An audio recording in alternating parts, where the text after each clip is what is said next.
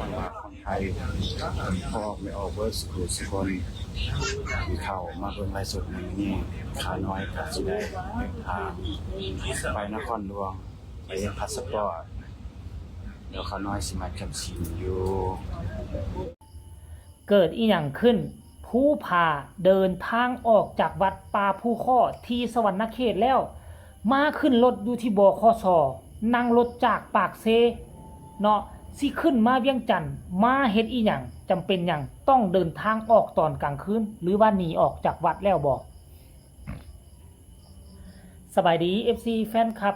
ทุกทานโอ้ยท่านผู้ชมคิดว่าสิบ่มีคลิปเรื่องราวข่าวสารใดๆทั้งสิ้นแล้วเกี่ยวข้องกับเหตุการณ์มื้อนี้แต่ว่าพวกเจ้าฮู้บ่เมื่อบ่กี่เท่าใดนาทีที่ผ่านมานี่ผู้ผาหรือว่าผู้ผา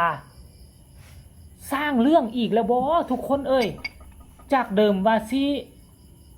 มุ่งมั่นตั้งใจเนาะบวชเป็นเขาเอิ้นว่าเกาะบวชนาคอยู่ทั้งวัดป่าภูข้อจะบวชอยู่ประมาณ1เดือนเฮียนสวดมนต์หลังจากนั้นแล้วคันสวดเป็นแล้วก็สิโกนผมบวชเป็นพระนุ่งผ้าเหลืองคือกันกับเพิ่นบวชอยู่ทั้งเวียงจันทน์ปรากฏว่ามาอยู่วัดหั่นเพียงแต่3วันมื้อนี้วันที่4ตกตอนแรงมาเฮ็ดจังได๋คือว่าเห็นผู้ผาฮีบฮ้อนขยองขะแยงไล่สดขึ้นรถเมล์แล้วมาลัดรถเมล์ของจำปาสักลัดรถเมล์ของจำปาสักนั่งรถขึ้นมาเวียงจันทน์แล้วทุกคนหรือว่าแนวใดหรือว่าเพิ่นจะกลับล่องแจ้งหรือว่ามีงานเขาเจ้าจ้างงานอยู่ทางฝั่งเวียงจันทน์แล้วบ่เพิ่นจึงตัดสินใจขึ้นมาด่วนตอนกลางคืนเลยตอนเว้นก็บ่เห็นท่าทีว่าเพิ่นจะมาหรือบ่มานะท่านผู้ชมคันกรณีว่าเดินทางจากสวรรณเขตตอนนี้นะคันฮอดเวียงจันทน์ก็ที่2 โมง 3 โมงซั่นว่าท่านผู้ชม7 8 9 10 11ประมาณเที่ยงคืนฮอดห่วยคันเที่ยงคืนล่ะนักผู้ผานักตอนกลางคืนมาคารถปะโทคาตุกคาจัมโบ้เขาฟันเจ้าแน่นอน 3-4 แสนพุ่นแลเข้าในเมืองปะโทปะทายแต่ว่ายังโชคดีได้ท่านผู้ชมอันคิวรถสายใต้นี่มันอยู่มอกันครับกู้ภัยห่างจากกู้ภัยประมาณ20กิโลเมตรนี่แหละ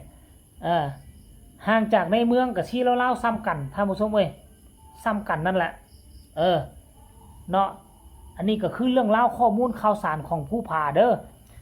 เดี๋ยวค่อยมีคลิปนึงเนาะเป็นคลิปสั้นๆอยากจะให้ทุกคนไปเบิ่งไปฟังน้ำกันว่าที่จริงแล้วผู้ผานี่เดินทางออกจากวัดตอนกลางคืนนี่มีจุดประสงค์อีหยังมีเป้าหมายแนวใดเนาะมีรายละเอียดอยู่ในคลิปนี่คลิปเดียวเท่านั้นผู้ผาไล่สดวางกี้นี่ประมาณ20กว่านาทีเลยทุกคนว่ะเอารายละเอียดก็ไปฟังซะก่อนเฮาสิไปว่าหยังท่านผู้ชมคันเฮาไปเว้าเฮาวิเคราะห์ก่อนหลายมันสิเป็นการกล่าวหาผู้ผาเอาเป็นว่ามาพ้อกันในช่องต่อไปฟังว่าคนไทยพอไม่ออกเวิร์สกูสุคนมีเข้ามาเบิ่งไลฟ์สดในนี้ขาน้อยก็สิได้เดินทางไปนครหลวงไปเฮ็ดพาสปอร์ตเดี๋ยวขาน้อยสิมาจำศีลอยู่กันนะบนสิไปจำศีลอยู่สวรรณเขตเก่าการขายสวัสดีเด้อมื้อนี้ไปขึ้นรถ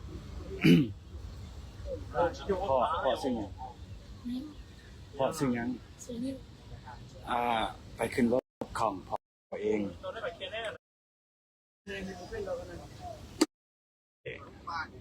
เมตตาเบิ่งหน้าอันคือสิคน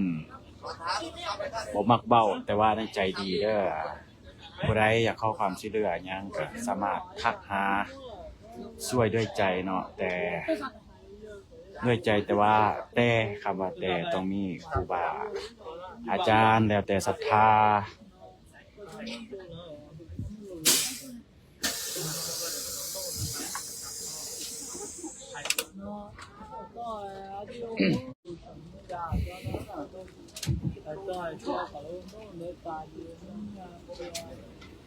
เป็นรถของพ่อนิ่น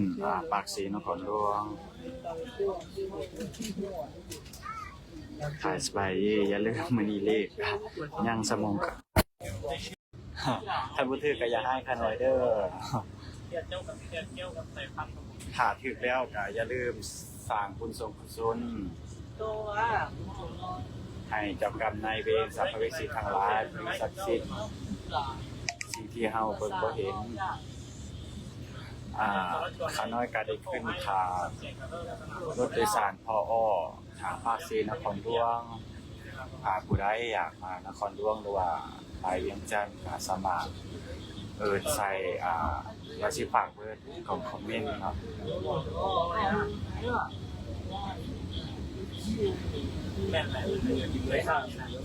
ออกไปซื้อเหล็กเบิดแหละคันบันทึกอย่าให้ขาน้อยเด้อขาน้อยให้ขึ้นป้าบ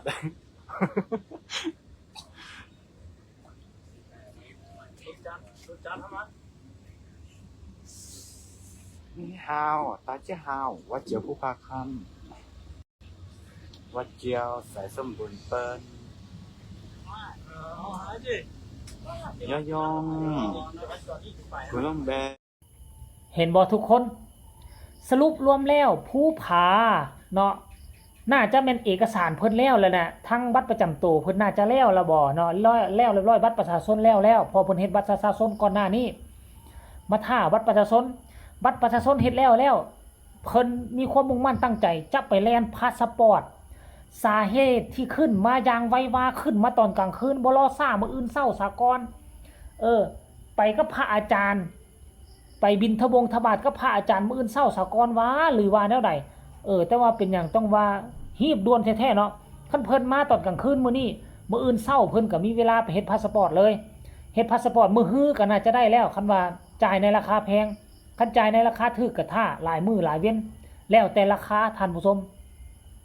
อันนี้คือเรื่องราวข้อมูลข่าวสารเฮ็ดพาสปอร์ตแล้วบางคนก็สิตั้งคำถามว่าผู้พาสิไปไสสิมาไทยเลยบ่ฟังตามคลิปมือกี้แล้วผู้ผ่าบ่ได้มาไทยเลยเด้อแลนพาสปอร์ตสำเร็จเสร็จสิ้นแล้วกาสิกลับคืนมาจำศีลเพิ่นบอกว่ากลับคืนมาจำศีลอยู่วัดป่าผู้ข้อสวรรณเขตคือเก่าจำศีลเรียบร้อยแล้วอาจจะคันฮอดบวชได้ก็สิบวชคันบวชบ่ได้ก็สิแม่นสิข้ามฝั่งไทยคันข้ามฝั่งไทยก็บ่ยากเด้ข้ามสะพานมิตรภาพนั่นล่ะสวรรณเขตเลยมุกดาหารเลยแฮงง่ายซั่นตัวแล้วก็แล่นขึ้นไปนครพนมไปหาทางบุญอยู่กับไอ้มนัดหรือซีแลนไปทั้งกาฬสินธุ์หาอาจารย์ติงลีก็ว่ากันไปทานผู้ชม FC แฟนคลับเดี๋ยวมาติดตามคลิปต่อไปมื้ออื่นนี่แหละว่าจักโมงเดินทางฮอดเวียงจันทน์แล้วเพิ่นไปนอนใส่มันสิมีปัญหาอีหยังระหว่างการเดินทางสิถึกเขาเทสิถึกเขาทิ่มคือตอนเพิ่นเดินทางลงจากเวียงจันทน์ไปหรือบ่ก็ให้ทุกคนกดไลค์กดแชร์ที่สำคัญขอคนละ1ไลค์1แชร์ให้เป็น FC แฟนคลับของผู้ผ่าก็ได้หลายคนขอมาที่ตามข่าวผู้ผ่าก็เฮ็ดให้ตามใจ FC แฟนคลับแล้วก็ฝากคนละไลค์คนละแชร์ก็แล้วกันเด้ออยากส่งกำลังให้ใจให้ผู้ผ่าส่งมาได้ทางใต้คอมเมนต์สำหรับคลิปนี้ลาท่านผู้ชมไปก่อนสบายดี